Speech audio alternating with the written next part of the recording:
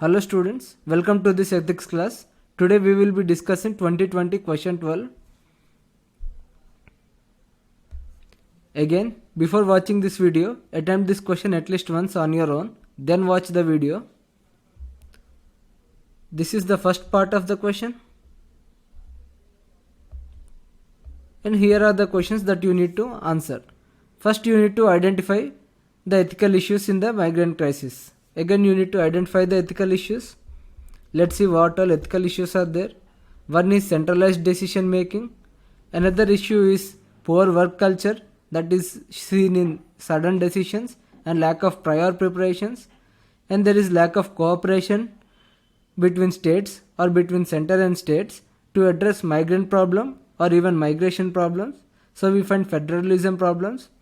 And we find another ethical issue in terms of host state not caring for workers. Since migrant workers are not voters in the host state, so we see that host state is not caring for migrant workers. So they are marginalizing migrant workers. And we see that basic rights of food and livelihood are being taken away. We see extremely unempathetic decision making. We see unscientific decision making.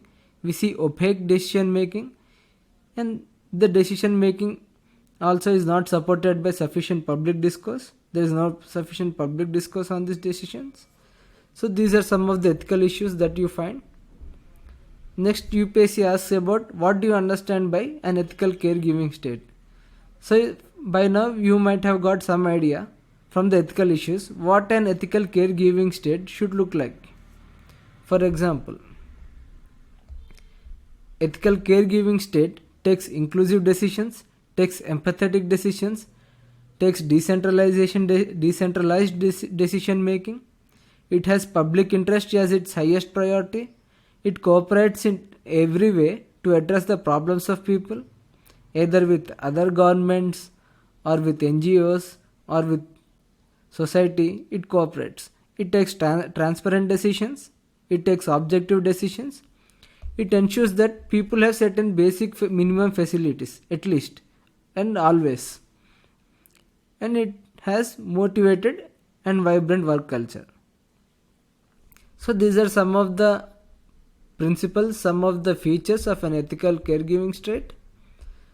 Next, UPSC asks, what assistance can the civil society render to mitigate the suffering of migrants? So we have seen many examples in news. For example, civil society can highlight the grievances, can streamline the grievances to authorities, can highlight them in media like PDS portability, unemployment allowance, transport, etc. It can put pressure on government to act. It can arrange for permissions and cooperation among various state authorities like transport. It can give direct assistance like food, shelter, transport, etc.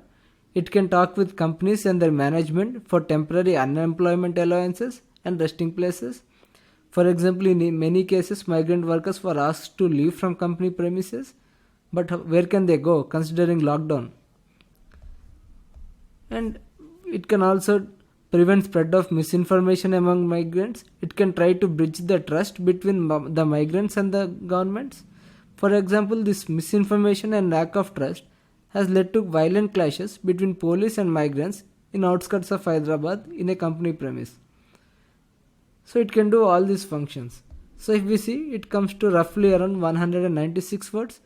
So again, it is the quality and not the quantity that is important. And 200 words is a very good answer.